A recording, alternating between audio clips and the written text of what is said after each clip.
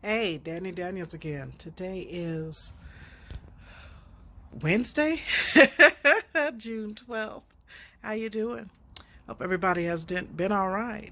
And happy birthday to those of you who are having a birthday. And enjoy your celebrations if you're celebrating anything today that's special to you.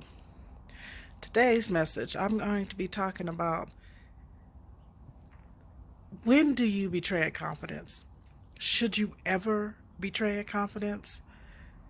I think that there comes a time when it would behoove you to betray a confidence.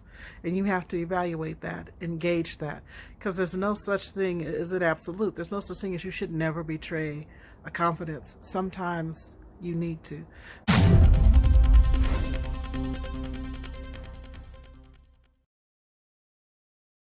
Sometimes for the safety of somebody else, it is in their best interest for you to betray their confidence.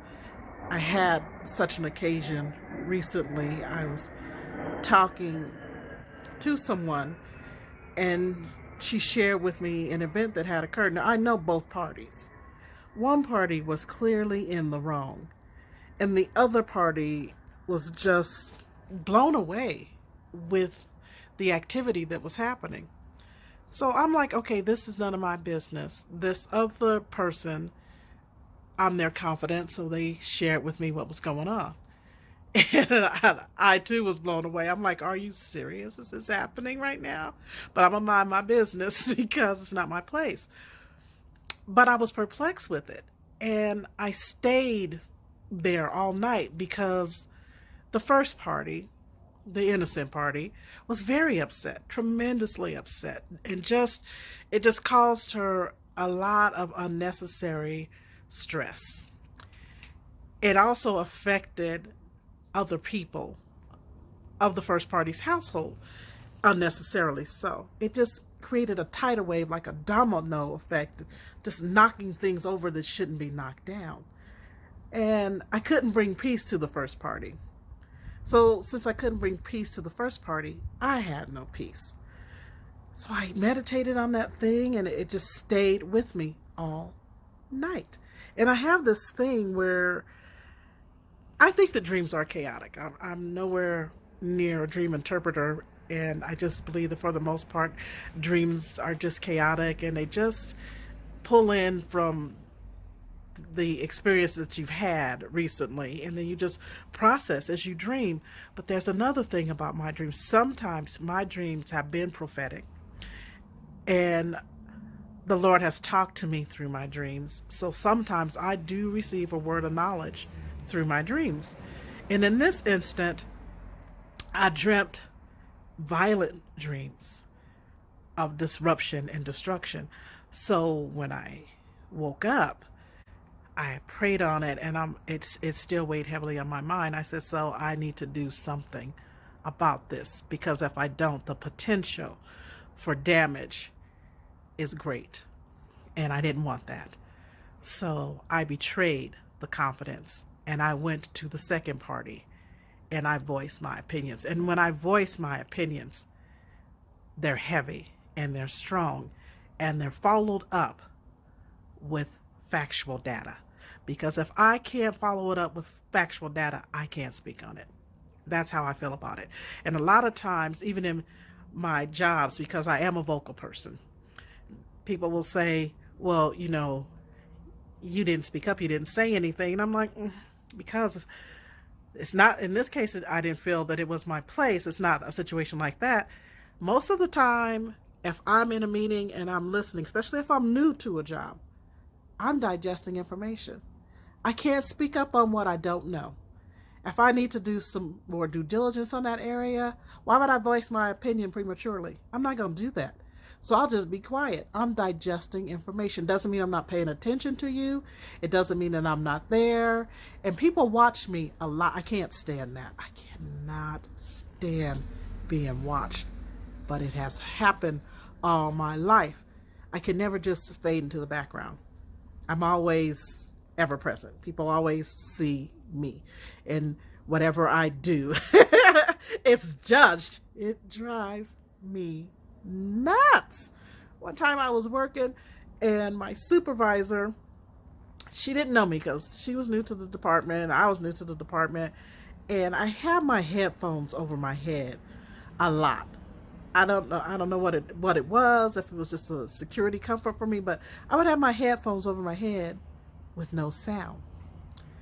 She didn't know that. So we're in a meeting, and I do it so often, I forgot that I even had my headphones over my head. So we're in a meeting. I have my headphones over my head.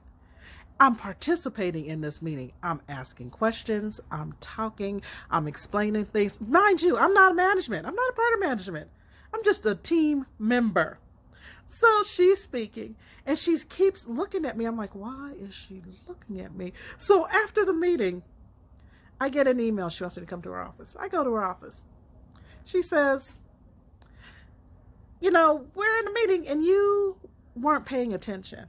And people watch you. So that is not good for you not to be paying attention in the meeting. I said, what makes you think I wasn't paying attention? You weren't paying attention because you had your headphones on. You were listening to music.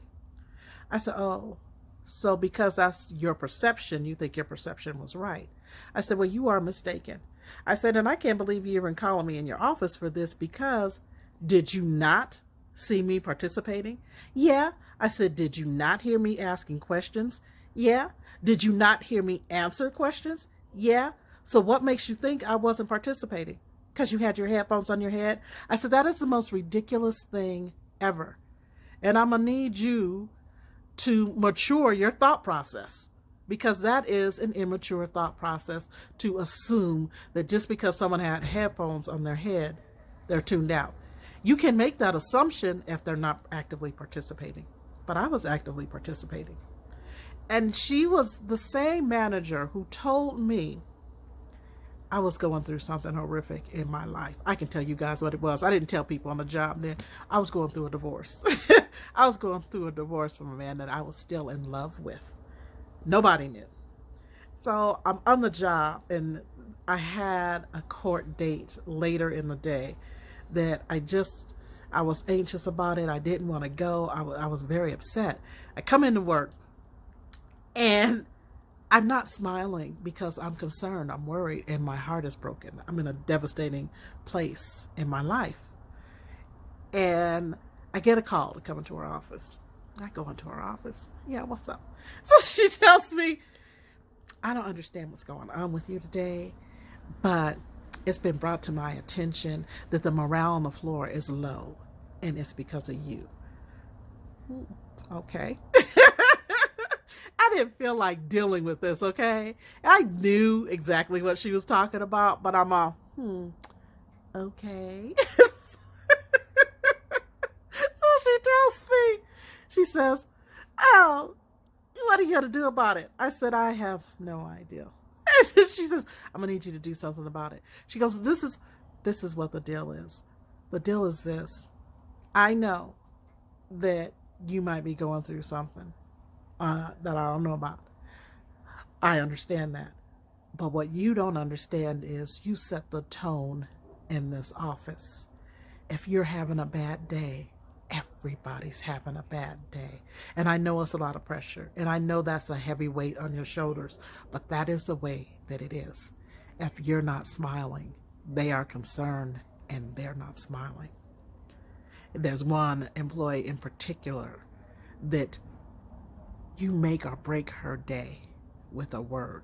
I know it's not your responsibility, but unfortunately, it is your responsibility. And I knew exactly what she meant. And what she was talking about is, it's ministry. Sometimes your life is ministry. And you might not like it, and you might not want to accept your assignment, but that is how it is. And people are watching you. And you are responsible. And you are obligated, whether you want to be or not. And that is the position that I have been in my life. So I told her, I am sorry. I didn't tell her what I was going through. I said, I am so sorry. And I did let that slip from my, I let that slip from my absolute threshold.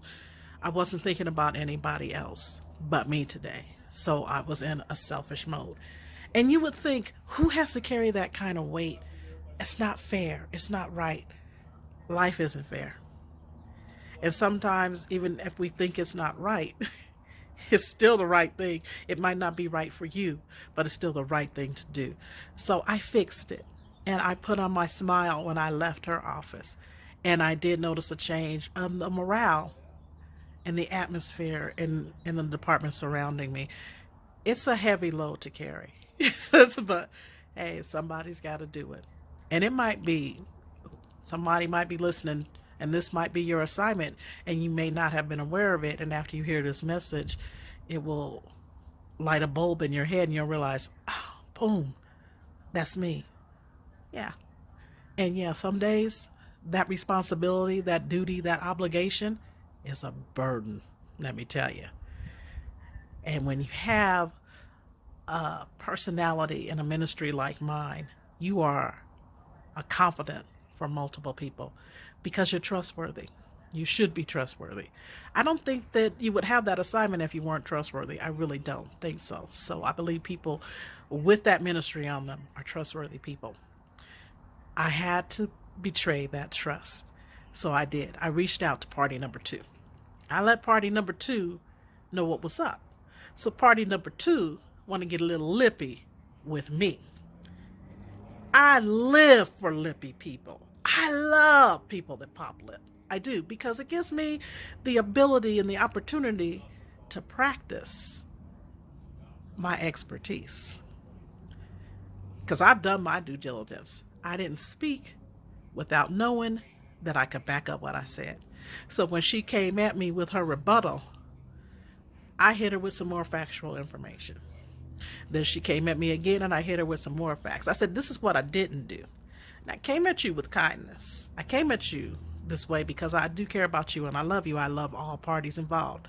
I said, but if you want me to show a little tail, I can do that for you too. I can wiggle it around, twist it in a circle, tie it up in a bow.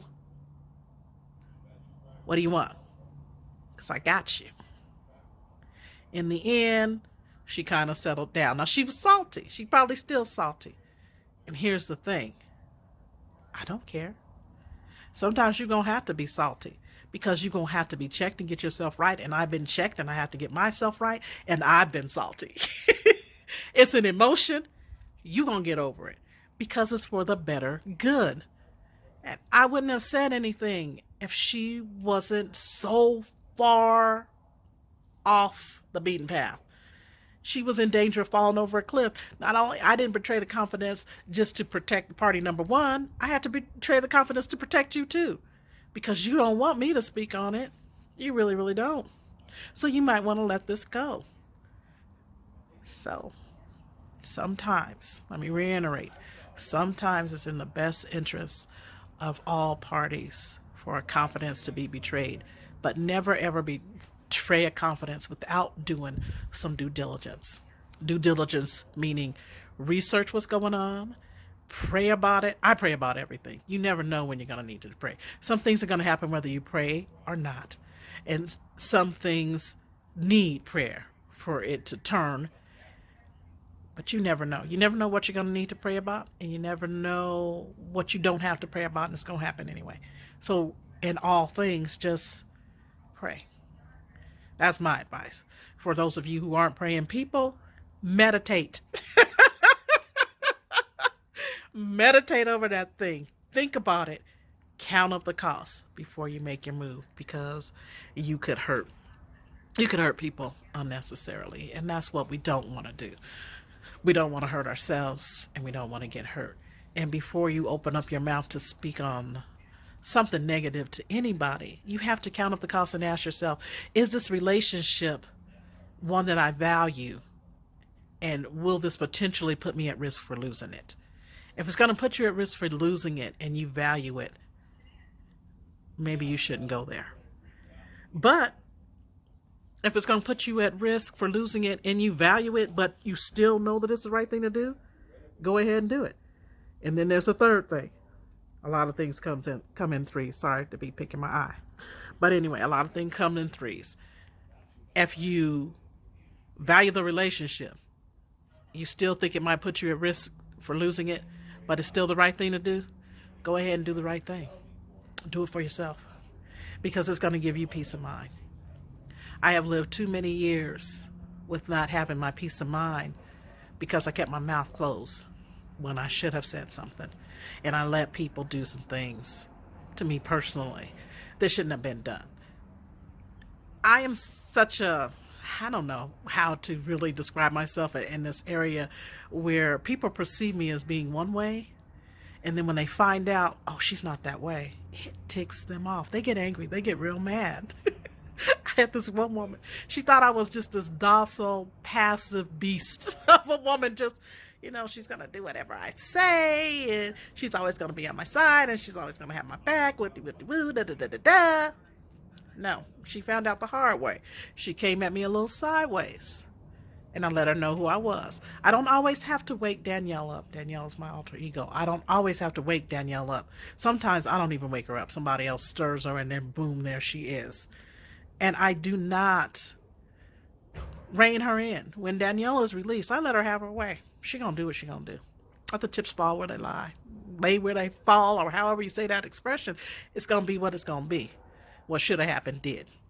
So I got to, I just received a message that was a distraction.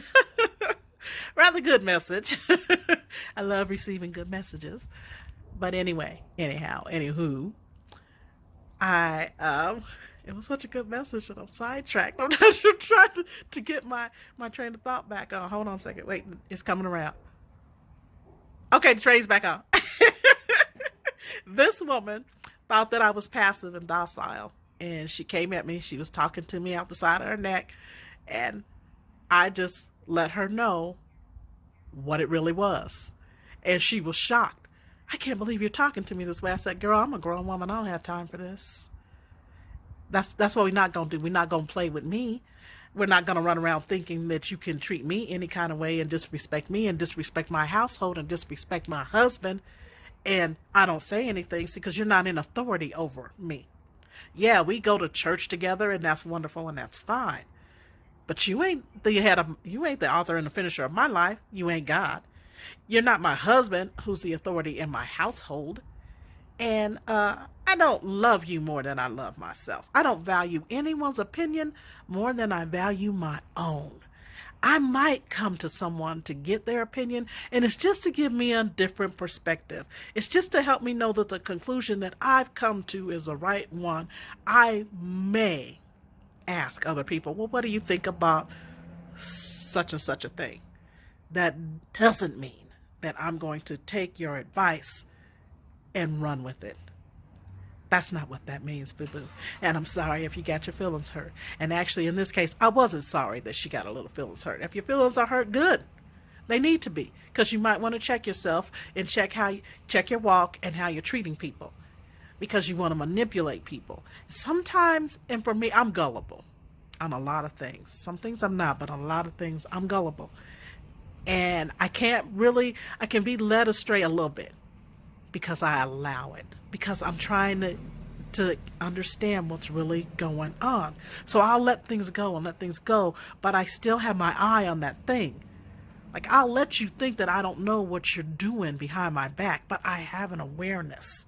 I know. I'm not saying anything. I like to call that grace. Some people interpret that as foolishness. They think, oh, well, that fool, you can do anything to her and she don't know. No, I'm in the know. I'm letting you continue on. I'm taking notes. I'm researching. I'm checking my data. And then once I reach my conclusion, then you'll have my response. When I was married, I used to tell my husband, I've been married twice, so usually when I refer to my marriage, I'm referring to my second marriage. But I would tell my husband, he'd do something, and I'd let it slide. I wouldn't say anything. Or he'd do something clearly in the wrong, and I apologize for it, for him. I'd be the heavy. I'd take the blame for it and say, I'm sorry. He got a kick out of that. He started telling himself that makes him right. I let him do that. I let that slide. I'm like, that's cool. You know, do whatever you do. It's fine. At the end of our marriage, he was saying things, just mean things, just saying whatever he wanted to say. And I just sit there, duly noted. Duly noted. I hear you. And one day I had heard enough. So I said to this man, I said, I want you to know I'm listening to you. And he just looked at me. Yeah. I said, okay, I want you to know that not only am I listening to you, but I hear you. Yeah, well, you should. Yeah, I do. And that's one more thing I want you to know. What?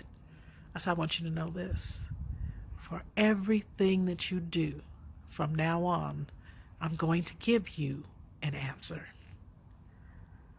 He didn't understand that. From that moment on, everything he did, I gave him his answer immediately. And I can tell you right now, he never liked it.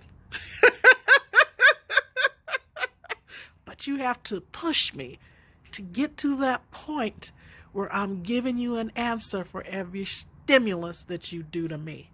And if you're not stimulating me in a good way, you're not going to like my response. You're not going to like my answers. And guess what? I'm not going to care how you feel because I'm done with it. So in the end, count up the cost, evaluate it, and make sure that betraying the trust is the right thing to do. Sometimes it is. I'm Danny Daniels. Have a great day.